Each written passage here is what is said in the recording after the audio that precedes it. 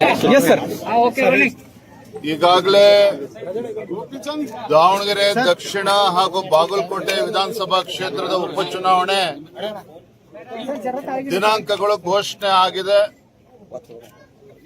BJP ನಮ್ಮ ಅಭ್ಯರ್ಥಿಗಳು ಹೆಸರುಗಳನ್ನು ಕೂಡ ಈಗಾಗಲೇ ನಮ್ಮ ಕೇಂದ್ರದ ವರಿಷ್ಠರು ಘೋಷಣೆ ಮಾಡಿದ್ದಾರೆ.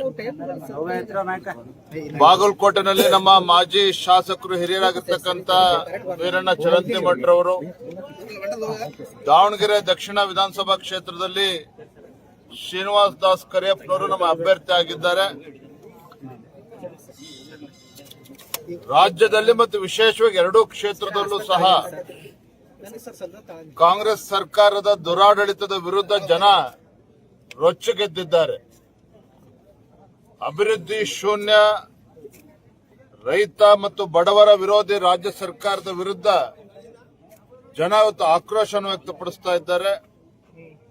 ಇದೆಲ್ಲದರ ಪರಿಣಾಮ ಎರಡೂ ವಿಧಾನಸಭಾ ಕ್ಷೇತ್ರದಲ್ಲಿ ಮತದಾರರ ಒಲವು ಇವತ್ತು ಭಾರತೀಯ ಜನತಾ ಪಾರ್ಟಿಯ ಪರವಾಗಿದೆ.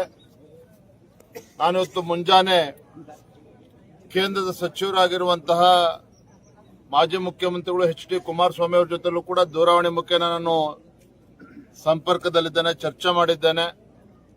ಅವರು ಕೂಡ ಬೆಂಬಲವನ್ನ ನೀಡಿದ್ದಾರೆ. ನನಗೆ ಸಂಪೂರ್ಣ ವಿಶ್ವಾಸ ಇದೆ, ದಾವಣಗೆರೆ ದಕ್ಷಿಣದಲ್ಲಿ ಹಾಗೂ ಬಾಗಲಕೋಟೆನಲ್ಲಿ ಮತದಾರರು ಭಾರತೀಯ ಜನತಾ ಪಾರ್ಟಿ ನಮ್ಮ ಅಭ್ಯರ್ಥಿಗಳಿಗೆ ಆಶೀರ್ವಾದ ಮಾಡ್ತಾರೆ ಅನ್ನೋ ಸಂಪೂರ್ಣ ವಿಶ್ವಾಸ ನನಗಿದೆ.